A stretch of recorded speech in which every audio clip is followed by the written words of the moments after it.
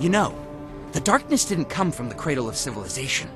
The darkness came from nowhere. Which, if you follow the Rothfusian or Rothfussian, I say Rothfussian, okay? Theory, it means the darkness also comes from everywhere. Numerous cultures throughout history make reference to the darkness, even though most of them had never encountered it. For example, take a look at this Aztec totem. An anthropologist would identify it as the key of Mictlan. Mictlan, of course, being the Aztec underworld. This is wrong on an absurd number of levels. Mictlan was a battleground that fed on the souls of the dead. Man, woman, child, didn't matter. They went on to their death prepared to fight, knowing that Mictlan awaited them. Sound familiar to you? It should! It's the darkness! This is just one example out of thousands. Every person since the dawn of time has known, instinctually, the darkness was waiting. It's why so many of us have a natural fear of the dark. To me, that says something, and I don't think you're gonna like it. Part of me believes the darkness is inside all of us. Just a small bit of essence. It's a part of us. Maybe the darkness came from us. Maybe it's an extension of who we are. I don't know. But I do know that if any of those crazy ideas are even partly true, then the darkness isn't going anywhere, no matter what we do. I wonder what's on TV tonight. I hope you're not in a good mood, because if you are, I promise this is gonna shit all over it. This is the Lantern of St. Anthony, possibly the most misidentified item ever created. I don't mean people look at this lamp and say, that is a very luminescent club sandwich. What I mean is, most people see this lantern as a symbol of hope, but really, it's a symbol of soul-crushing despair. Now, the outer casing is only 80 years old, but the light inside the lantern goes back, about 1,000 years. In her war against the darkness, the Angelus sought an ever-burning light. She gathered the souls of 100 children butchered by the darkness, and bound them within a glass sphere. This combined lightness of being produced a blindingly powerful light, but only when the dead children felt like it. Turns out kids are fickle little bitches. The Angelus abandoned the sphere, totally apathetic towards the children still trapped inside. The sphere remained lost for quite some time until it was discovered by St. Anthony, the patron saint of lost things. Go figure! Anthony fastened it onto a lantern, believing it to be a gift from God. He was convinced the light would guide a traveler home, but usually it just led them over a cliff or into a bog. So yeah, St. Anthony used this lantern to unknowingly kill hundreds of innocent travelers, all because the Angelus thought the imprisoned souls of murdered children would make a cool weapon. Yay! I gotta say, I'm a little disappointed. I've waited years to see one of these. 7 years, if we're being honest, and it is not living up to my expectations. You gotta understand, only 12 of these masks were ever made. This is probably the only one still in existence. That's already enough to mark this thing as priceless. But it doesn't stop there. No, sir. These masks were forged by a group of monks known as the Brothers of Men. And we're not talking about run-of-the-mill pacifist monks. The Brothers of Men were hardcore, ass-kicking warrior priests. It was in China, after the fall of the Han Dynasty. The darkness was living in Shuhan, feeding off the War of the Three Kingdoms. Legend suggests that the Angelus appeared to the monks, warning them of the darkness. It doesn't say why the Angelus didn't fight the darkness herself, but it doesn't matter, because the monks, they handled themselves just fine. The monks single-handedly defeated the darkness, using nothing but their fists and these masks. It's said that if a mask caught even the smallest light from the dimmest candle, it would be reflected back 100-fold. The monks were basically walking sunbeams, which sounds goofy when I say it like that, but still, I'm just disappointed to see its magic is long gone. I'd killed to see it in action. Well, not kill, since I guess I'd have to use it on you, and that would be just awkward. You want to know how the Brotherhood got to be the fun-loving psychos they are today? It's all thanks to you. Well, thanks to the darkness. There was one time, only one time, that the Brotherhood succeeded in trapping the darkness, and it drove them insane. The darkness is not to be fucked with, and even when in prison, it is a force to be reckoned with. For decades, the Brotherhood watched over the siphon, the darkness stirring within it, perverting their minds. It wasn't long before the Brotherhood decided the only way to save the world was to destroy it. Gee, wonder who gave them that idea. There was one brother who stood firm against the taint. No, not that kind of taint. Get your mind out of the gutter. Focus! His faith was so ironclad, the darkness couldn't touch him. When he learned what his fellow brothers planned to do, he knew there was only one option. He set the darkness free. Now, this didn't make the Angelus happy. No, she returned to the earth just so she could deliver the granddaddy of all smitings. That one faithful brother was reduced to ash just moments after he'd saved the world. The Angelus's rage burned so hot, it consumed the brother's soul entirely. He stopped the Brotherhood from destroying all creation, and in return, he became the first human to ever beat non-existence. In all of heaven and earth, the only thing left of him are these ashes. The ashes of the unnamed. Kinda lends credence to that saying, no good deed goes unpunished. Okay, Jackie, time for a quick history lesson. Buddhism was founded by Siddhartha Gautama. I don't even know if that's the right pronunciation, just go with it. Siddhartha led an extraordinary life, but for our purposes, his death is what's important. History says Siddhartha announced his imminent death at the age of 80. Immediately after making this announcement, he ate his last meal. It was an offering made by a blacksmith. Siddhartha then became ill and died. Obviously, there was more to it, but I'm not here to teach Religion 101. Those are the main points. Before dying, Siddhartha made sure his followers knew that the blacksmith had nothing to do with his death, because, from all accounts, Siddhartha was a pretty stand-up guy. Unfortunately, he was way off on this one. The blacksmith totally poisoned him. And that's not all. He also gave Siddhartha water from his pitcher. This pitcher. As you can guess, this is no normal pitcher. This pitcher works like a soul pump. Drinking out of it creates a mystical vacuum inside the jar. Stop drinking, and your soul is whooshed into the clay, where it remains until the magic is broken. The magic on this relic is unbelievably strong. It's held for over 2,000 years, and that's why this relic has earned the name Siddhartha's Tears, because Siddhartha is still trapped inside. Who'd do such a thing to such a nice guy like Siddhartha? I think you already know. The darkness is the enemy of peace and unity. Its wrath is not always violent, but it is cold and unyielding, just like Siddhartha's tears. Or the Red Sox. Now this is the good stuff. The Abysmal Maw. Dark magic at its sexiest. Jeez, I'm getting hot just looking at it. The Abysmal Maw, or the Mawsome, as I like to call it, was carved directly from the gates of hell. Grip it in your right hand and say the magic words, and the maw will unleash a blast of pure hellfire. Do you know what hellfire does? It destroys everything! And everything it destroys goes straight to hell. You could have killed Mother Teresa with this, and she even would have burned for eternity. The thing is, every time you use the maw, it burns away part of your soul as well. Most people only get 3 or 4 blasts before they wake up in hell. Theoretically, a darkness host could probably use it ad nauseum, since your soul is already kinda in hell. Unfortunately, the maw no longer works because someone misplaced the magic words. Records show the Brotherhood were the last users of the maw, sometime around World War II. That means it's their fault that the world is far less awesome than it used to be. It almost makes me want to cry!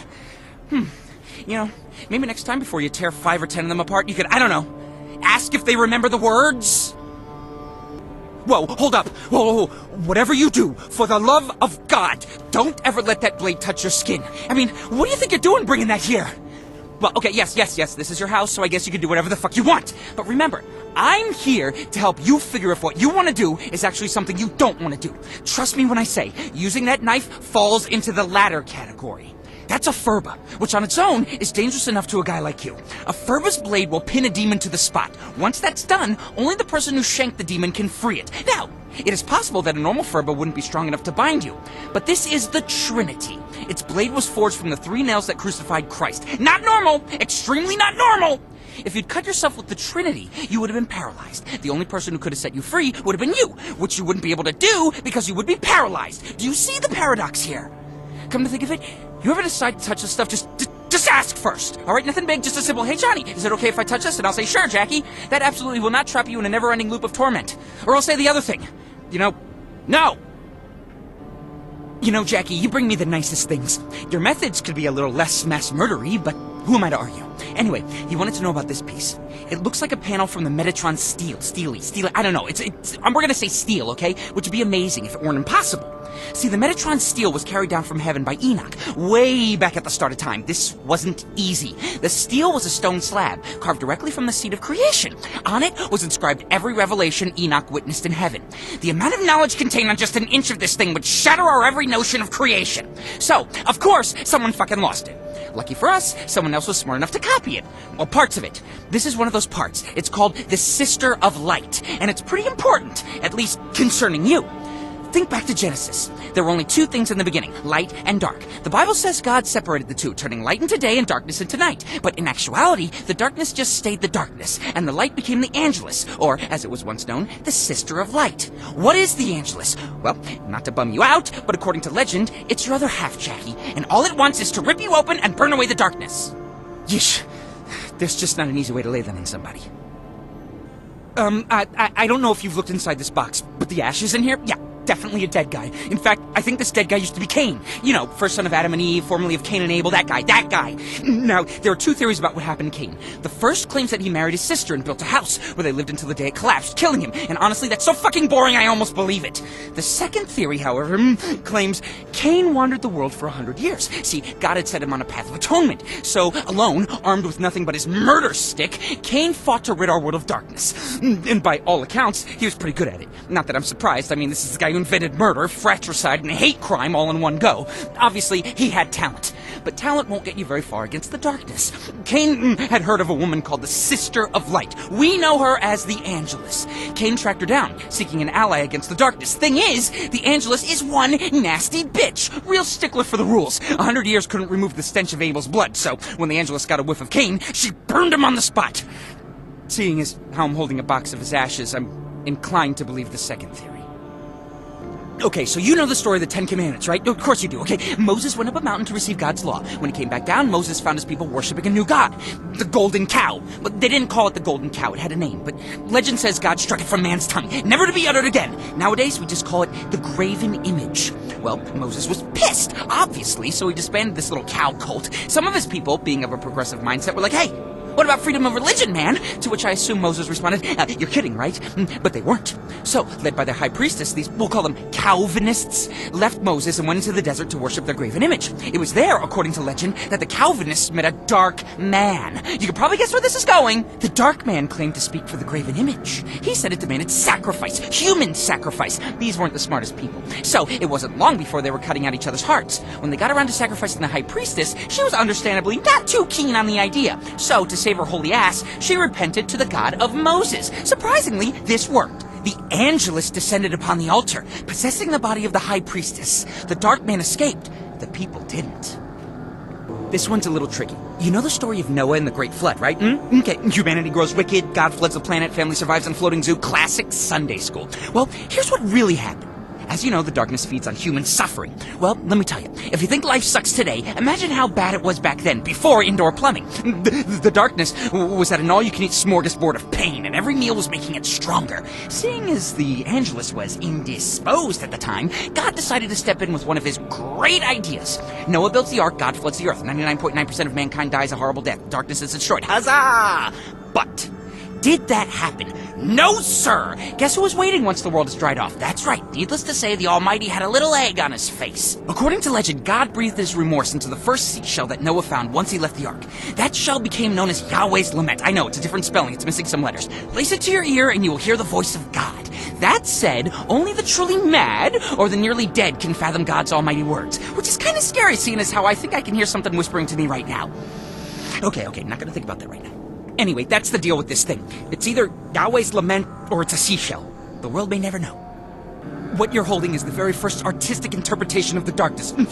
Or as it was known then, He Who Comes with the Night. Not the catchiest of names, but pretty good when you consider that most people are still living in caves. Anyway, at this point in history, Cain, you know, Adam's son, as in the Garden of Eden, first guy to ever walk the earth, Adam, had dealt with most of the demons and assorted nasties that still roam the world. But no one had faced the darkness yet. See, God protected Cain from the darkness by making him unkillable. It was a great plan. If you happen to be Cain, everyone else, not so much. Murder didn't stop just because Cain ran out of brothers to bludgeon, so the darkness still had plenty of souls to latch onto. Some legends suggest the darkness was first carried by a son of Lilith. Others say it was a Nephilim, but I don't buy that one. We'd all be dead if that was the case. Not that it matters. Okay, whoever was, through him, the darkness raped, ravaged, and generally fucked things up. Only the Angelus had the power to face the darkness. All Cain could do was warn people. So he sculpted 12 of these statues, entrusting them to 12 holy men. They carried these statues across the land, spreading word of He Who Comes with the Night. But the darkness did not want to be known. Within a year, it had devoured all 12 of them. The statues were gone, shattered, or lost to time. Well, until now, apparently. Oh, you'll appreciate this, being a former altar boy and all, I assume. And this is the head of Pope John the 12th. Well, shrunken head. At least, I hope it's been shrunk. If not, then I imagine he had trouble wearing his Pope hat.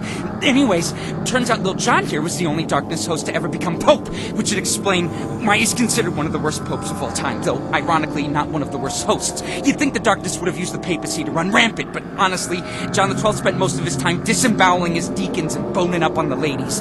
Actually, never mind. Now that I think about it, he did summon a few not-so-minor lust demons into the Vatican, then turned it into a brothel. And by brothel, I mean charnel house, a.k.a. place where dead bodies are dug up and stored after their graves are more or less desecrated. So, yeah, Pope John the 12th was a huge dick, in more ways than one. Small side note, I have it on good authority that 3 of those demons are still around doing their thing.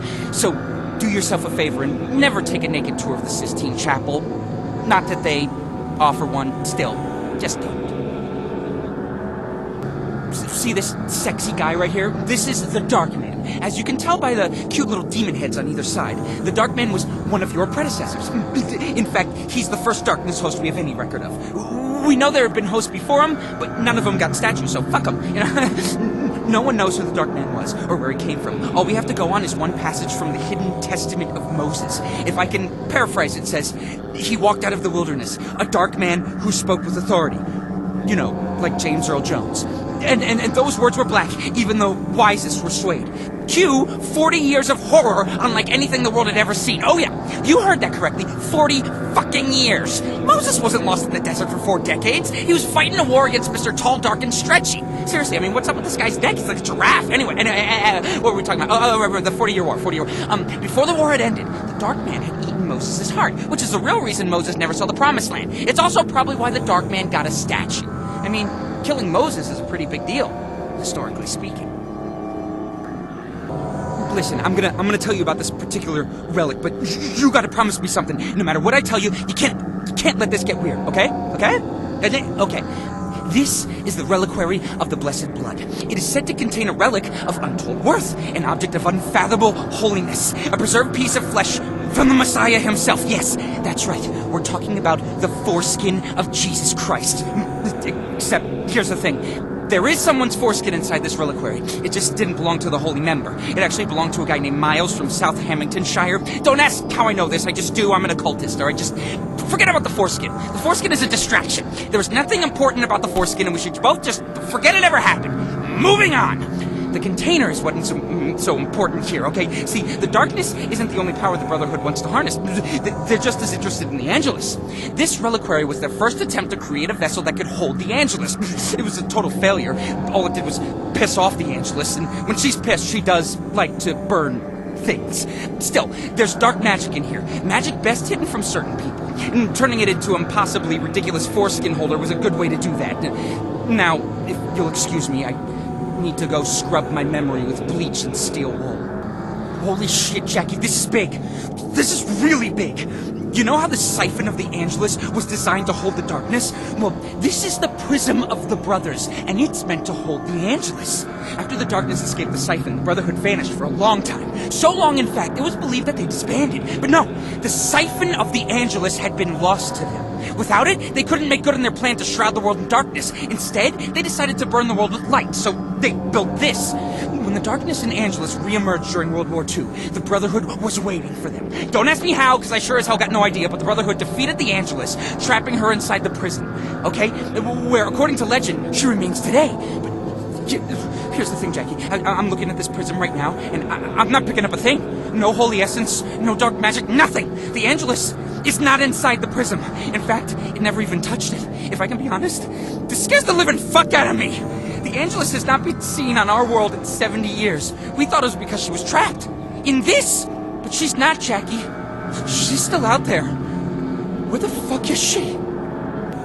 You know, Jackie, this thing inside you, the darkness, to you, it's a curse, but not everyone sees it that way. You know, Jackie, this thing inside you, the darkness, to you, it's a curse, but not everyone sees it that way. It's like that old saying, one man's curse is another man's... Gimme! You know, I mean, that's a stupid way to think, obviously. The darkness is the possessor, not the possession. But stupid people do stupid things, which is why many of them have tried to steal the darkness over the years. Lucky for you, I guess, these attempts usually don't go very far. Take this relic, for instance. Over time, it has earned the name the Fool's Phylactery. If you ever played D&D as a kid, Looking at your muscles, I will assume you did not. You'd know that a phylactery is like a Tupperware for souls. It keeps them safe, fresh, unspoiled. It also doesn't fucking exist! Nowhere in all the black arts is there such a thing as a phylactery. See, the fool's phylactery is a hoax perpetrated by a monk back in the 1600s. He'd has his fill of religion and was looking to cash out, so he crafted this fancy container, forged some ancient scrolls, then sold it to the first rube he could find. That idiot tried to catch the darkness and got eaten instead. You'd think that would be the end of it, but no. 400 years and countless dead later, this shit is still going on. People are fucking idiots. This is why I live in a box, under a bridge. This is, well, it's a thumbscrew. I don't really know what else to tell you. I mean, this thing is definitely giving off dark energy. But again, we're talking about a device that was used to torture people by slowly crushing their fingers. I'd be scared if it wasn't giving off nasty vibes. What? You want more? Sure. Just give me a second. Okay, I got something. From what I can divine, this thing goes back like 400 years. It was used on a host who was imprisoned by the Brotherhood. Chances are that dark energy I'm picking up is a taint left by the darkness. Meaning this isn't just any thumbscrew, it's an evil thumbscrew, so it hurts more. Maybe? Oh, that's still not enough. Okay, fine. This is the infamous Black Thumb. In 1631, it single-handedly ripped and raped its way across the English countryside, leaving behind a trail of bloody bastards and broken dreams. Never has the world seen such carnage. Pray it never will again. Yes, I am being sarcastic. No, I don't want you to kill me. Okay, I'll shut up. You can't tell by looking at it, but this simple strip of iron is one of the worst torture devices ever devised. It's one of the 12 infamous purification rituals used by the Brotherhood the first time they ever tried to steal the darkness. The Brotherhood simply referred to it as the Fourth, but over time it earned the name the Silent Night. It's easy to see why. Long time ago, the Brotherhood stole a darkness host at birth. They then raised him as one of their own, only to torture and kill him in an attempt to force the darkness out. This strip was forced into that unfortunate host's mouth, keeping it open. It was then wrapped around his jaw, leaving a slit where his tongue was inserted. The gag was then slowly tightened. The first thing it did was slice off the host's tongue. But then the gag was tightened further, and it completely shattered and dislocated his jaw. You think that's horrible? Keep in mind, the host had yet to manifest the darkness. He didn't know what he was. The Brotherhood had raised him since birth to believe he was one of their own. Imagine, the only family you've ever known, subjecting you to the most painful, degrading acts they can imagine, and they don't even tell you why. I don't want to sound like I'm going soft, but it seems to me like that'd be the worst torture of all. Anyway, the darkness manifested right as the host's jaw snapped. They say it killed every person within a league of the Brotherhood's monastery that day. Then, the host vanished, never to be seen again. Now, we don't even know his name. Wow, okay, shit, where do I start? What you got here is the First. As you can guess by its name, this thing goes way back, like way back to the beginning. You're a good Catholic boy, so I know you remember the story of Cain and Abel, how Abel was like, oh, God loves me, and Cain was like, jealousy, wham, and killed him. But this, that's right, you're the new proud owner of murder stick #1, so congrats, I guess. Now, the story goes that God was so pissed that he marked Cain, set him walking the earth forever, unable to die, but that's only half true. See, Cain brought murder into our world, back in when it was, still new and teeming with free-range evil. This made him a target for certain dark influences, if you catch my emphasis. Even if Cain was a brother-murdering jackass, God wasn't going to let the darkness run a train on him, so he made Cain unkillable. As you know, the darkness deals in death. If Cain couldn't die, the darkness couldn't take him. Not a bad move on God's part. But God doesn't just hand out free prizes, especially for murdering your brother. So he set Cain to a task, cleaning up all that leftover darkness from before creation. Unfortunately for Cain, unkillable did not mean immortal, but that's a different story altogether. Jackie, let me introduce you to Enoch, great-great-great-great-grandson of Adam, great-grandfather to Noah, and the only guy who knows how many angels can dance on the head of a pin. I'm sure he'd say hi, but as you can see, he's dead. Enoch's a special guy. If not for him, we'd only know a teeny tiny little smidgen of what we do about heaven, hell, and all those weebly-wobbly bits in between. How do you learn all this stuff? Well, if you read the Bible, it says that Enoch walked with God. What does that mean? Fuck if I know! I don't know, the Bible doesn't say, it just says, poof, no more Enoch. Next verse. This is why I don't read the Bible. I do, however, read the secret histories, and it's there that we learn Enoch actually ascended to heaven, where he apparently took some night classes, because the next time we see him, he's back on Earth, busy being the world's foremost expert on all things occult and supernatural. Do you know how many other people have been invited to heaven just for a visit?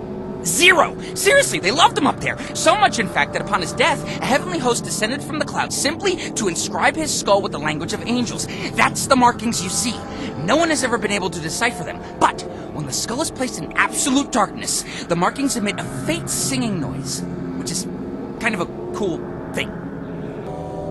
Okay. Jeez. First off, holy shit. Second, do you know what these are? These are Af and Hema. That ring any bells? No? Okay. Well, then let me put it this way. There are 6 angels of death. You are currently holding 2 of them. Yeah.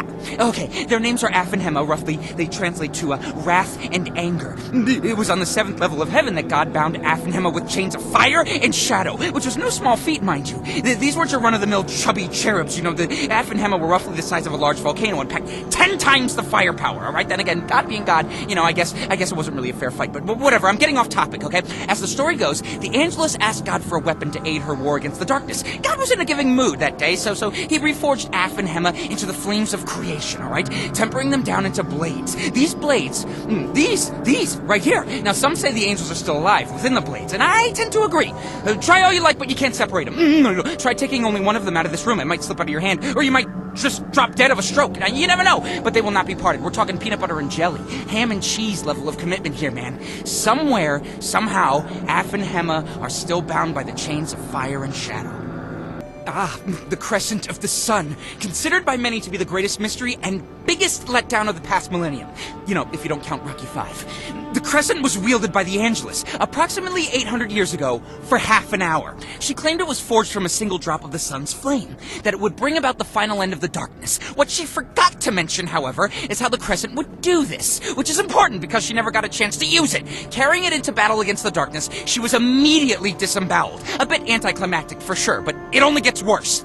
A few years later, the crescent was rediscovered by a holy warrior. Once again, the blade was wielded against the darkness. This time, it even managed to get a few good swings. But you know what? The blade passed through the darkness, like a knife through water. Later, after monks recovered the crescent from the warrior's corpse, it was tested against multiple targets. Turns out the blade passes through all matter. People, stone, trees, kittens, just whoosh, goes right through. No harm, no foul. Could be only the Angelus can wield the crescent, but if so, why has she never tried to reclaim it? Personally, I think the Angelus talked a big game. It was just as surprised as everyone else when the crescent turned out to be worthless, which begs the question, where did the crescent come from?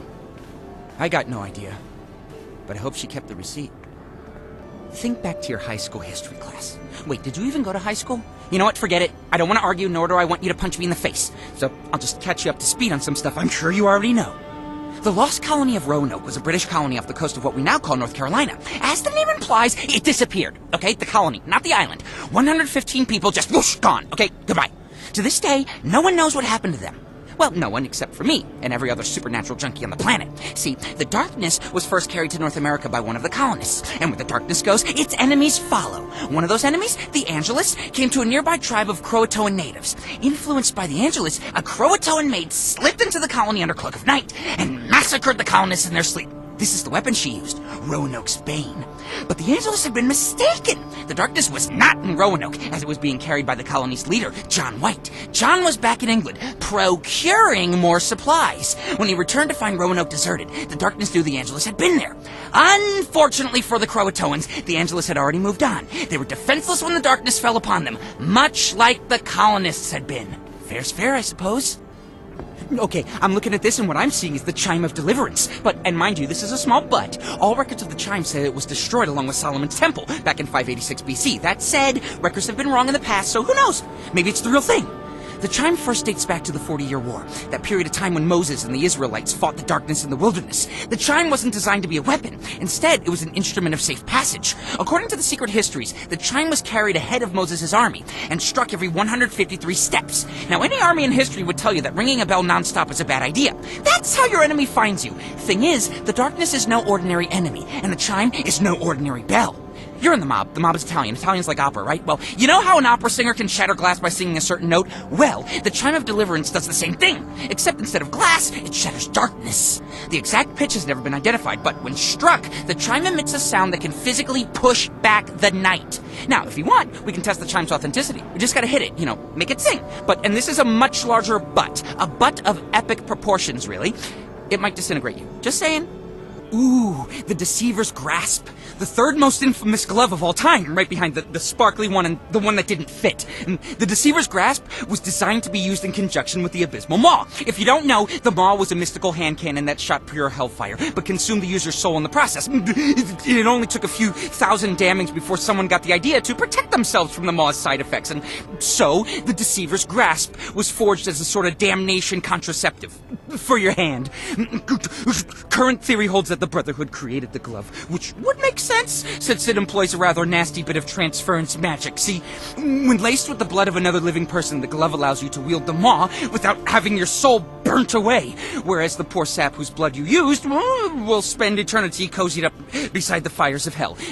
Come to think of it, a better name for this thing would have been the Asshole's Bait and Switch, or my slimy brother Ted. It doesn't sound as ominous, I admit, but it's just so damn accurate. Ew. Oh, you feel that? This thing's hitting an 11 out of 10 on my creepy meter. Just being near it, it feels like I got worms under my skin. Worms that are creeped out as I am because they got worms under their skin. Am I painting a clear enough picture? You may look at this and see an iron mask. Just a common torture device used to humiliate someone. It didn't cause any physical pain. It was just a symbol. If a person was dirty, their mask looked like a pig. If they fucked around, it looked like something that fucked around. I don't know, a rabbit. Okay, now if you look closely at this mask, you'll see it kind of looks like a demon. Makes sense since it was worn by a former Darkness host. Maybe you heard of him? Vlad the Impaler, better known as Dracula. Not many people can claim they were the source material for a famous monster. In fact, I only know of two. This guy and Helen Keller. What you don't realize is that this mask isn't creepy because Vlad wore it. It's creepy because he wore it voluntarily. He wanted everyone to know exactly who was coming to impale them on a giant fucking spike. And just to add insult to an insanely painful mortal injury, do you know what he named his mask? The Mark of Cain. As if to say, that's right bitches, I'm unkillable. This might be the most fashionable fuck you in the history of man.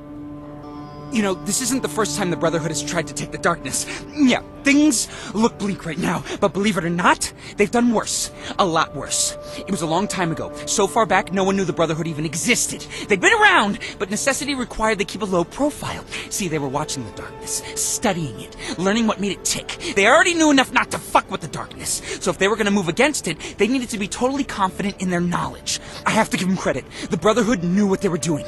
They accurately predicted who the next host would be. Swapping children at birth, they raised the host as one of their own. Then, when he came of age, they chained him to a table and tortured him to death. This is the Blinding Sun. One of these was inserted into each of his eye sockets, gouging out each eye in the process. Each device was then slowly expanded until it shattered his forehead and cheekbones. This was the first of 12 tortures. The darkness didn't manifest itself until the 4th. That means it took 2 more of these unspeakable acts before the Brotherhood could be certain they had the right guy. That doubt didn't even slow them down. These are bad people, Jackie, and they have it in them to be a whole lot worse. Oh, wow. You seriously have a copy of the True Revelation? I'm impressed, Jackie. Didn't peg you as the reading type. To call this book rare would be laughable. Magic swords, true love, stake. These things are rare. The True Revelation is one of a kind. I'm not exaggerating. Every copy is completely different. See, the True Revelation is actually the Revelation of John, the Bible's explosive summer blockbustering finale. There are 3 schools of thought about the Revelation. The first believes it is a literal prophecy. This is retarded. The second believes it's a metaphor for Roman persecution. Plausible, but boring. The third believes it is a code that, once deciphered, will reveal the true revelation. People who believe this tend to be insane, but also extremely fun at parties. Now, everyone deciphers the revelation differently, which is why each copy is entirely unique. Just flipping through this one, it appears to have been deciphered by the Brotherhood. In fact, it predicts the Brotherhood's descent into Crazy Town. That means this is a relatively true revelation. See, we can prove the Brotherhood went crazy, but we can't prove what the revelation predicted. Chances are the man who wrote this copy only saw what he wanted to see inside the revelation. Or he was insane and just poured his depravity onto the page. Like they say, write what you know. Either way, this translation has probably guided the Brotherhood's actions for at least a century. Kind of like the normal Bible still does today, Almost makes you wonder who's crazier.